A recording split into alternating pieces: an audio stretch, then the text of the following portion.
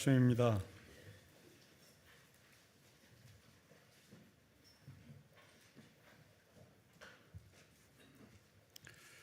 42장 6절부터 17절 말씀을 교독하겠습니다. 때 요셉이 나라의 총리로서 그 땅 모든 백성에게 곡식을 팔더니 요셉의 형들이 와서 그 앞에서 땅에 엎드려 절하매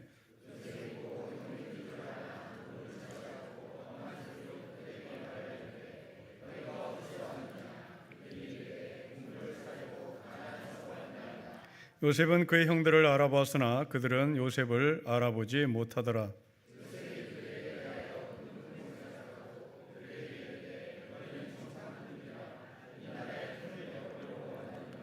그들이 그에게 이르되 내 주여 아니니이다. 당신의 종들은 곡물을 사러 왔나이다.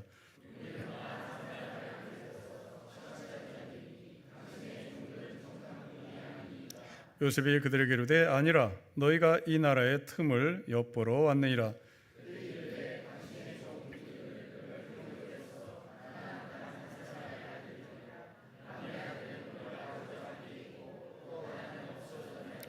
요셉이 그들에게 이르되 내가 너희에게 이르기를 너희는 정탐꾼들이라 한 말이 이것이니라.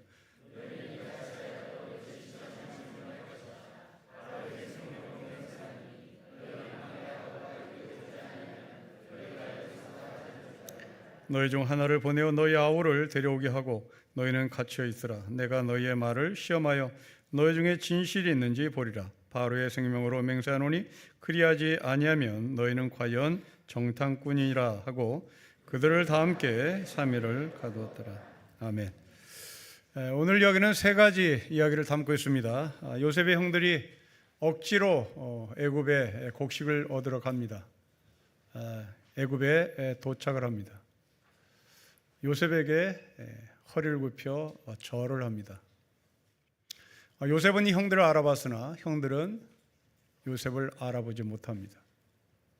요셉을 알아보지 못하는 형들을 요셉은 감옥에 가둡니다.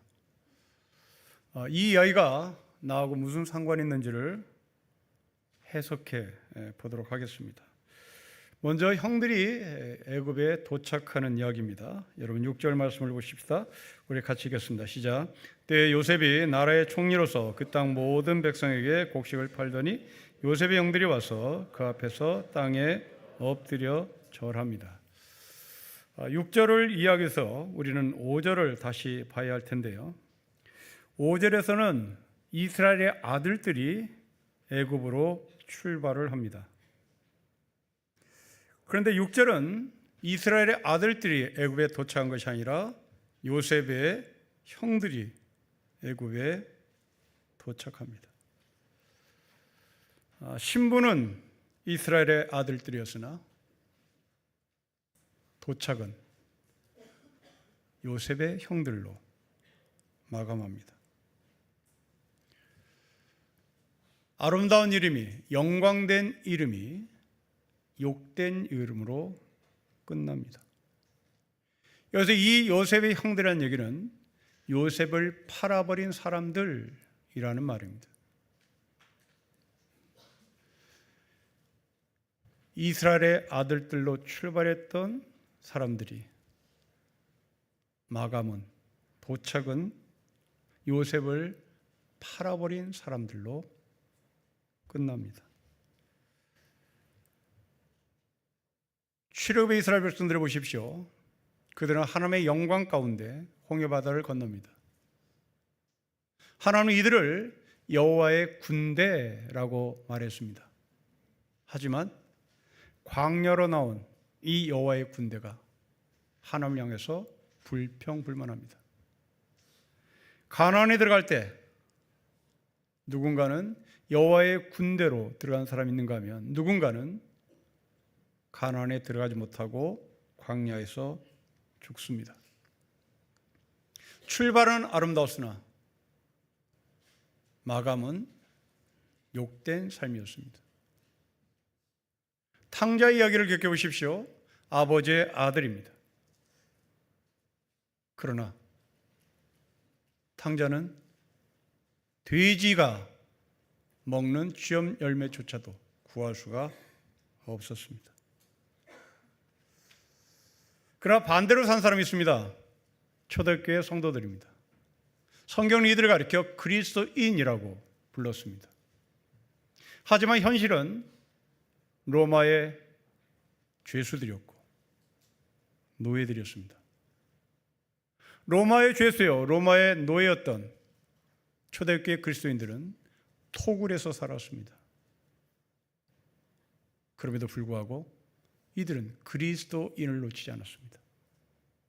거룩한 삶을 포기하지 않았습니다.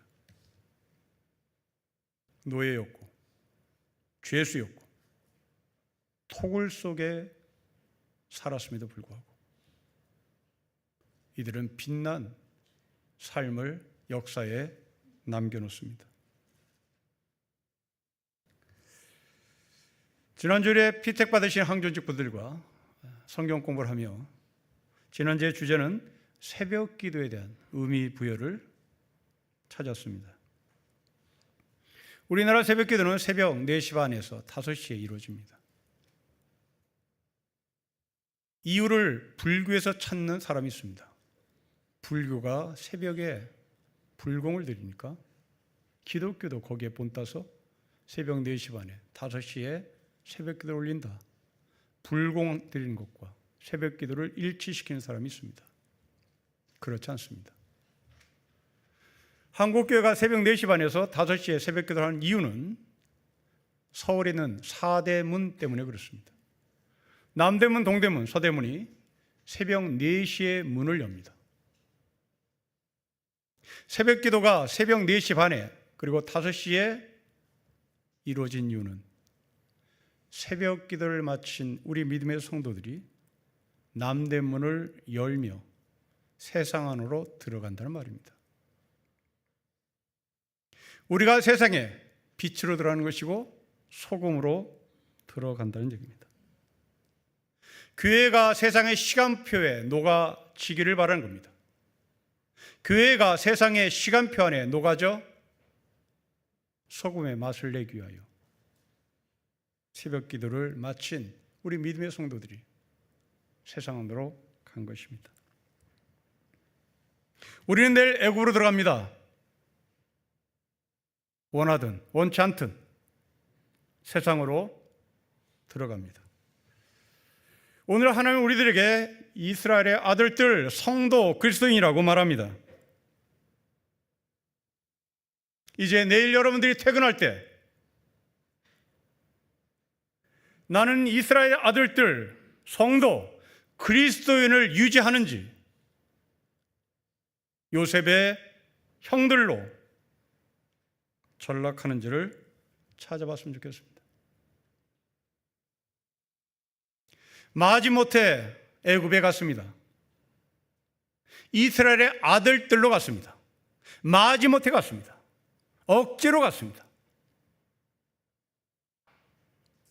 그런데 그들은 그 억지 속에서도 이스라엘의 아들들을 되찾았고 아들들을 붙잡아 했습니다. 안타깝게도 그들은 이스라엘 아들들, 그리스도인, 성도라는 사실을 놓쳤습니다. 무엇을 먹을까? 무엇을 입을까만 걱정했습니다. 먼저 그 나라와 의를 구하는 성도, 먼저 그 나라와 의를 구하는 이스라엘 아들들, 그리스도인의 삶을 살지 못했습니다. 내일 회사로 출근하시는 직장인 여러분, 회사 문을 무엇으로 여시겠습니까? 무엇을 먹을까? 무엇을 입을까로 여시겠습니까? 먼저 그 나라와 의를 구하는 믿음으로 여시겠습니까? 여러분들이 먼저 그 나라와 의를 구하는 심정으로 회사 문을 연다면 오늘 예배가 제대로 드려진 것이겠죠. 내일 여러분들이 요셉의 형들로 퇴근을 한다면 오늘 이 예배가 헛된 예배겠죠. 그러면 어떻게 해야 우리는 이스라엘의 아들들로 살 수 있을까요? 요셉은 야곱의 12아들 중에 하나이고 요셉의 형들도 고백합니다. 우리 집에 12명 있었는데 한 동생이 사라졌습니다. 그렇다면 요셉도 이스라엘의 아들들 중에 한 사람입니다. 우리는 이 요셉을 창세기 37장부터 만납니다. 37장부터 42장까지 오는 동안 요셉의 삶은 한 번도 순탄한 적이 없습니다. 구덩이에 던져졌습니다. 미디안 상인에게 팔렸습니다. 보디발의 집에 노예로 살았습니다. 감옥에 갇혔습니다. 그리고 술 맡은 관원장의 약속도 이루어지지 않았습니다. 그런데 놀랍게도 이 요셉의 삶에 대해서 성경은 요셉이 어떤 얼굴을 하고 있는지를 기록하지 않습니다. 여러분, 이 정도 됐다면 요셉의 얼굴을 기록할 만합니다. 찡그린 얼굴, 괴로운 얼굴, 힘든 얼굴, 지친 얼굴, 한숨 쉬는 얼굴.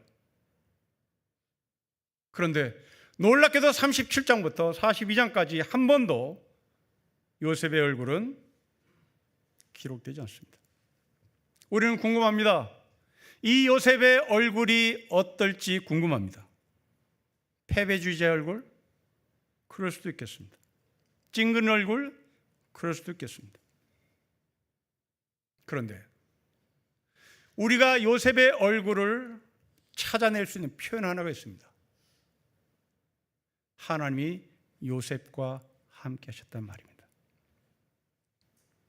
하나님이 요셉과 함께 하셨다는 이 말에 요셉의 얼굴이 보입니다.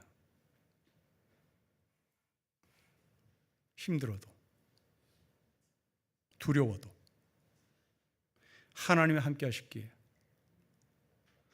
이 사람은 뭔가 다른 얼굴을 하고 있었을 것입니다. 느헤미야 선지자는 이것을 경험했던 것 같습니다. 느헤미야 선지자가 한 말입니다. 주님 앞에서 기뻐하면 힘이 생기는 법. 느헤미야 시대는 성전을 건축해야 할 때입니다. 반대 세력이 너무나 많았습니다. 당연히 느헤미야 얼굴은 땀범벅이고 좌절이고 슬픔이고 고통입니다. 이런 경험을 했던 느헤미야가 자신의 선지서에 글을 남깁니다. 하나님 앞에서 기뻐하면 힘이 생기는 법. 여러분, 우리는 두려움을 없앨 수 없습니다. 신앙을 했다고 두려움을 없앤다면 그것은 이미 하나님이 됐습니다. 이미 그건 신이 된 겁니다. 이 세상에 유일하게 두려움이 없는 존재는 신밖에 없습니다. 하나님밖에 없습니다. 인간은 어쩔 수밖에 없는 두려움 속에 살아가는 존재입니다. 느헤미야도 그 반대 세력에 의해서 좌절과 절망이 무서웠습니다. 그런데 깨달았습니다. 하나님 앞에서 기뻐하면 힘이 생기는 법. 여러분, 어려움이 반복되면 우리의 여백은 점점 좁아집니다. 친구 만나기도 힘들어집니다. 형제들과 거리도 멀어집니다. 두렵기 때문에 그렇습니다. 그런데 하나님과 연결시켜보면 우리의 삶은 다른 차원으로 전개됩니다. 하나님 앞에서 기뻐하면 힘이 생기는 법. 찡그린 얼굴은 그대로일 겁니다. 힘든 얼굴은 그대로일 겁니다. 그런데 힘이 생겼습니다. 하나님과 함께하는 삶이란 포기하지 않는 삶입니다. 믿음의 사람보다 못 살겠다 비명을 먼저 지르지 않습니다. 모두가 큰일 났다고 말했을 때 그 큰일 났다고 말하는 것을 입 밖에 함부로 내지 않습니다. 물론 두렵습니다. 그러나 큰일 났다, 죽겠다, 못 살겠다 이런 말을 내뱉지 않으면서 우리에게 주는 축복이 있습니다. 인내입니다. 두려움은 인내를 가져다주는 관문이기도 합니다. 요셉은 그렇게 살았습니다. 요셉 앞에 엎드리는 형들, 그들은 과거에 요셉을 좌지우지했던 사람들입니다. 6절과 7절을 다시 보십시다. 우리 같이 읽겠습니다. 시작. 때에 요셉이 나라의 총리로서 그 땅 모든 백성에게 곡식을 팔더니 요셉의 형들이 와서 그 앞에서 땅에 엎드려 절하매 요셉이 보고 형들인 줄 아나 모른 체하고 엄한 소리로 그들에게 말하 이르되 너희가 어디서 왔느냐? 그들이 이르되 곡물을 사려고 가나안에서 왔습니다. 형들은 요셉을 구덩이에 던졌던 사람입니다.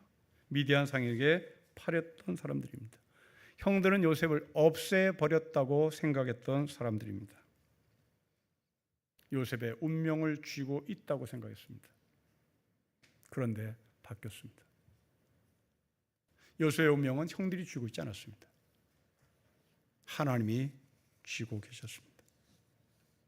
요셉의 운명을 쥐고 계신 하나님은 요셉을 다시 일으키십니다.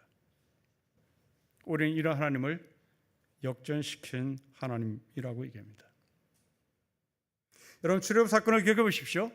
애굽의 바로는 이스라엘 백성들을 400년 동안 종사로 묶어 두려고 싶었습니다.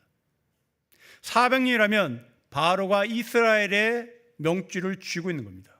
이스라엘의 목숨을 쥐고 있는 겁니다. 이스라엘을 좌지우지할 수 있는 사람들입니다. 그런데 하나님은 이스라엘 백성들을 출애굽시킵니다. 홍해바다가 갈라집니다. 우리는 홍해바다가 갈라졌다는 것만 알고 있습니다. 그러나 홍해바다가 갈라졌다는 사실은 그보다 더 심층적인 의미가 있습니다. 홍해바다가 갈라졌을 때 성경은 증언합니다. 바다 밑에 마른 땅이 드러났다. 홍해바다 사건의 의미입니다. 바다 밑에 질퍽거리지 않았다. 바다 밑에 뻘이 아니었다. 바다 밑에 물이 차지 않았다. 바다 밑에 마른 땅이 드러났다. 400년 동안 질퍽거리는 인생을 살았던 이스라엘 백성들아, 400년 동안 뻘밭에 살았던 이스라엘 백성들아, 살아보려고 요동쳐도 계속 발이 빠져들어갔던 이스라엘 백성들아, 이제 너희의 삶은 마른 땅이다. 이제 너희의 삶은 뛰는 땅이다. 이제 너희의 삶은 질퍽거리는 삶이 아니다. 애굽에서 탈출하면 뭐합니까? 홍해바다가 질퍽하면 나온 이유가 없는 겁니다. 출애굽하는 의미가 없는 겁니다. 아니, 400년 동안 애굽에서 질퍽거리며 살았다면 홍해바다의 밑바닥에도 질퍽거리면 변한 게 없는 겁니다. 그게 그건 겁니다. 여기서 살든 저기서 살든 늪에 빠지면 빠질수록 내 발이 빠져나가는 삶, 그것은 우리에게 아무 의미가 없는 겁니다. 이런 이스라엘 백성들이 하나님 말합니다. 마른 땅, 홍해바다 밑에 마른 땅, 이제 너희는 뻘에 네 발이 계속 빠져들어가지 않는다. 너희는 뛴다. 너희는 마른 땅을 걷는다. 이 홍해바다 앞에서 애굽의 바로는 무기력하게 무너집니다. 역전시킨 겁니다. 뻘밭에서 늘 호적되던 이스라엘 백성들이 바로 앞에서 계속 발만 빠져들어갔던 늪의 인생들이 홍해바다 밑에서 뜁니다. 달립니다. 다윗과 골리앗을 기억해 보십시오. 세상에 보잘것없는 사람이었습니다. 법정에서 증인의 자격도 박탈당하는 목자의 삶이었습니다. 골리앗도 다윗을 조롱했습니다. 그러나 하나님의 손에 붙들린 작은 돌멩이는 골리앗을 쓰러뜨립니다. 갈릴리 어부들을 보십시오. 학문도 없었습니다. 배경도 없었습니다. 힘도 없었습니다. 그런데 성령의 강림 사건으로 말미암아 이들을 통하여 하나님은 세상을 뒤집습니다. 세상은 무식한 어부들이라고 불렀으나 하나님은 말합니다. 세상이 이길 수 없는 사도들이라고 말합니다. 십자가로 보십시오. 사람들을 조롱했습니다. 하나님의 아들이라면 내려와 보라고 조롱했습니다. 그리고 끝난 줄 알았습니다. 3일 후에 부활했습니다. 1945년 우리나라의 해방을 겪어보십시오. 36년 동안 일제는 우리를 족쇄치었습니다. 더 이상 소망 없는 민족으로 밟아버렸습니다. 그러나 36년을 뒤집습니다. 해방의 기쁨을 줍니다. 때로는 회사가 나의 운명을 쥐고 있는 것 같습니다. 여러분, 인사권자가 우리의 목숨을 쥐고 있는 것처럼 보입니다. 아닙니다. 세상이 여러분의 운명을 쥐고 있는 것 같지나 실상은 하나님께서 여러분을 붙잡고 계십니다. 실패를 축복으로, 눈물을 기쁨으로, 십자가를 부활로, 질퍽거리는 홍해바다 밑에 땅을 마른 땅으로 바꾸시는 역전의 하나님이십니다. 이 하나님을 신뢰하십시오. 요셉은 그 하나님과 함께했습니다. 그러자 결과가 나타났습니다. 여러분 7절과 8절을 보십시오. 우리가 7절을 8절을 같이 읽겠습니다. 시작. 요셉이 보고 형들인 줄 아나 모른 척하고 어만스러워 그들에게 말하되 너희가 어디서 왔느냐? 그들이 이르되 곡물을 사려고 가나안에서 왔나이다. 요셉은 그 형들을 알아보았으나 그들은 요셉을 알아보지 못했습니다. 두 번씩 반복합니다. 알아보지 못했다. 여러분, 이 단어는 굉장히 독특한 단어입니다. 창세기 37장에 요셉의 옷을 보고 요셉을 알아봤던 야곱의 단어와 똑같은 단어입니다. 요셉은 죽었습니다. 야곱이 보기에 그랬습니다. 그런데 야곱은 그 피 묻은 옷을 보고 요셉을 봅니다.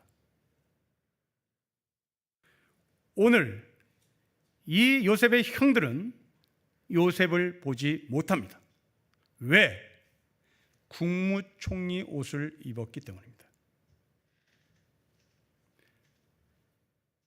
비슷하게 생겨도 믿지 못했을 겁니다. 요셉이 국무총리 옷을, 그것도 애굽의 국무총리 옷을 입을 리 만무하기 때문에 그렇습니다. 야곱도 마찬가지입니다. 내 아들 요셉이 죽을 일 없는 겁니다. 그런데 죽었다고 형들이 보고합니다. 피 묻은 옷을 들고 옵니다. 야곱은 그 옷을 통하여 요셉을 봅니다. 성경이 하고 싶은 말입니다. 요셉의 형들은 영적인 눈이 가려졌음을 말하고 싶어하는 겁니다. 우리의 삶도 마찬가지입니다. 하나님은 일상 속에서 말씀하시고 일상 속에서 일하고 계십니다. 우리는 이것을 우연이라고 치부합니다. 아닙니다. 우리의 눈이 어둡기 때문에 우연이라고 말할지도 모르겠습니다. 옷이 아니라 옷 안에 있는 내 남편을 볼 수 있어야 합니다. 옷 안에 있는 내 아내를 볼 수 있어야 합니다. 하루 일을 마치고 집으로 돌아오는 남편의 옷은 땀에 젖은 옷일 겁니다. 지친 옷이겠죠. 냄새나기도 하겠죠. 지저분하겠죠. 초라합니다. 그러나 남편을 사랑하는 아내는 땀 냄새 나는 옷을 보지 않습니다. 왜 땀 냄새를 낼 정도로 일을 했는지 내 남편을 봅니다. 하루 종일 가정과 자녀를 위해서 수고하다 보면 땀 범벅이 될 때가 있습니다. 하지만 아내를 사랑하는 남편은 깔끔하지 못하다고 타박하지 않습니다. 그 땀 속에 있는 내 아내의 수고를 알기 때문에 그렇습니다. 미국에 영유됐다가 8일 만에 가족의 품으로 돌아온 현대 직원들을 보십시오.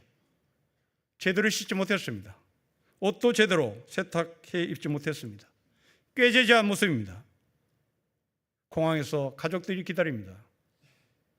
그 가족들은 왜 몸에서 냄새가 나냐고 타박하지 않습니다. 내 가족이기 때문에 그렇습니다. 교회 안에서도 마찬가지입니다. 어떤 분은 연약하기에 그리고 낯을 가리기에 교인들과 대화를 섞지 않습니다. 조용히 예배를 드리고 갑니다. 사람들은 믿음 없다고 평가할지도 모르겠습니다. 열심히 없다고 평가할지도 모르겠습니다. 그러나 그분은 집에서 우리를 위하여 기도하고 있을 사람일지도 모릅니다. 5단에 있는 요셉을 바라봤던 야곱, 요셉을 보고도 알아보지 못했던 요셉의 형들입니다. 일상 너머에 계신 하나님, 일상 너머에 계신 나를 쳐다보시는 하나님을 볼 수 있어야겠습니다. 요셉의 형들은 영적인 눈이 가려졌습니다. 요셉은 이들을 감옥에 가둡니다. 여러분 17절 보십시다. 우리 10절 같이 읽겠습니다. 시작. 그들을 다 함께 3일을 가두었습니다. 여러분 왜 하필 3일일까요? 단순히 시간을 끌기 위함이 아닙니다. 3일은 새로운 시작을 준비하기 위한 과정입니다. 요셉의 형들에게서 이 3일은 요셉을 팔아버렸다고 하는 것을 기억해 내야 하는 겁니다. 과거와 직면해야 될 시간입니다. 그것이 전제되어야 회복이 되는 겁니다. 화해는 망가가 아닙니다. 화해는 기억을 통과해야만 진짜 회복이 이루어지는 겁니다. 힘든 겁니다. 자기 자신과 자기가 직면한다는 것은 쉽지 않습니다. 아브라함을 보십시오. 아들 이삭을 모리아산에 갖다 바치라 하나님의 말씀을 듣습니다. 3일의 여정, 아브라함은 죽음입니다. 자기의 아들을 죽게 되는 죽음뿐만이 아닙니다. 자기의 과거 때문에 죽음입니다. 자기 아내를 누이라고 팔았습니다. 하라의 방에 들어갔습니다. 이스마엘을 낳았습니다. 이삭과 이스마엘이 싸웁니다. 3일의 여정 동안 내 아들 이삭이 죽는구나에 대한 아픔과 동시에 내 아들이 죽어야 되는 이유, 자기 과거입니다.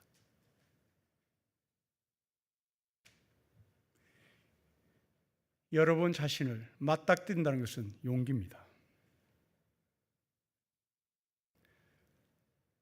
저는 주일 예배를 마치면 제 설교를 모니터링 해봅니다. 세상 듣기 싫은 목소리가 제 목소리입니다. 정말 싫습니다.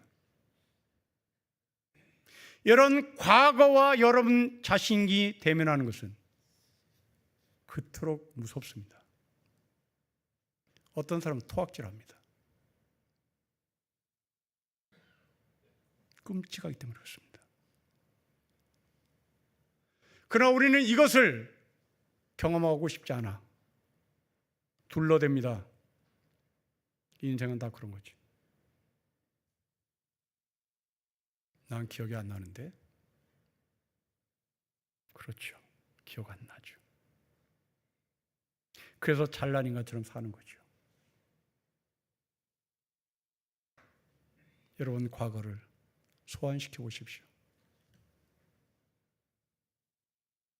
까무러칠 사람 여기 많습니다. 오늘 남편 얼굴 못 볼 거예요. 오늘 아내 얼굴 못 볼 겁니다. 그게 고통입니다. 요셉의 형들에게는 바로 그 3일의 과정을 통과해야만 했습니다. 그리고 마침내 요셉을 알아보지요. 성도에게는 이 3일이라는 시간을 하나님께서 우리에게 주신 것 같습니다. 하나님을 만나기 위하여 내 자신을 먼저 대면해야 합니다. 예수님의 제자들도 마찬가지입니다. 예수님께서 십자가에 죽으신 이후에 제자들은 어느 방에 들어가 문을 걸어 잠갔습니다. 문을 걸어 잠갔다는 것은 자신이 예수님을 배반한 자신을 보기 싫었던 겁니다. 꽁꽁 걸어 잠갔습니다. 3일이 지났습니다. 예수님께서 문을 두드렸습니다. 없습니다. 문 열어라. 없습니다. 꽁꽁 걸어 잠근 그 문을 주님은 자물쇠로 잠긴 그 문을 연 것이 아니라 그냥 쑥 들어왔습니다. 제자들은 유령이라고 얘기했습니다. 문을 열지도 않고 들어오신 그 예수님을 제자들은 유령이라고 난리쳤습니다. 그렇습니다. 유령이라고 한 이유가 있습니다. 자기의 잘못을 드러내고 싶지 않은 겁니다. 유령 본 거야? 우연이지? 인생은 다 그런 거야. 그럴 수 있는 거야. 그 3일의 애정 속에 부활하신 예수님은 제자들에게 찾아옵니다. 화해를 요청합니다. 베드로는 부끄러워서 고개만 쳐박습니다. 그럼에도 불구하고 예수님은 베드로에게 계속 화해를 요청합니다. 3일은 우리의 인생에도 찾아오겠죠.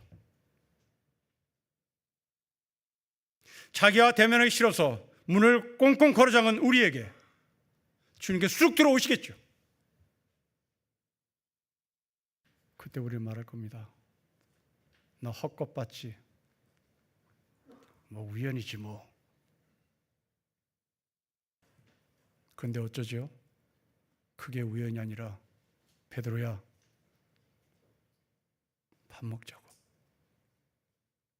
베드로야, 나하고 악수하자고.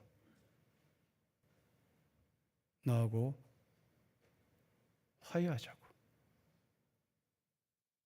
유령인 줄 알았던 그분이 진짜였습니다.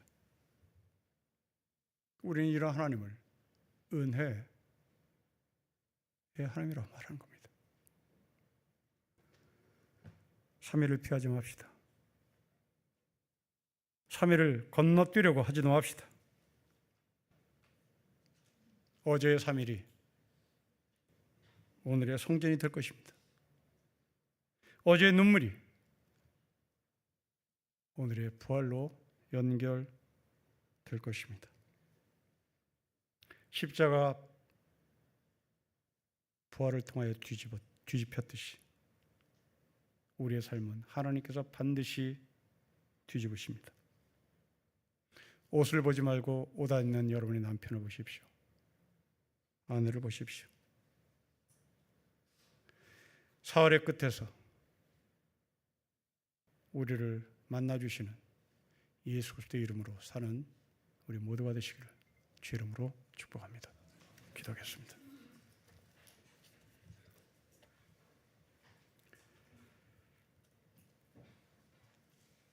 요셉이 형들을 알아보나 형들이 요셉을 알아보지 못했던 삶이 우리가 아닌가 싶습니다. 예수님은 우리를 알아보나 우리는 예수님이 누군지를 모르고 유령이라고 덮어버리는 우리의 무딘 영성을 주님께서 다시 한번 벼려주셔서 정말 사소한 일에도 하나님이 계신 것을 보게 하옵소서. 주 예수 그리스도의 이름으로 기도합니다. 아멘.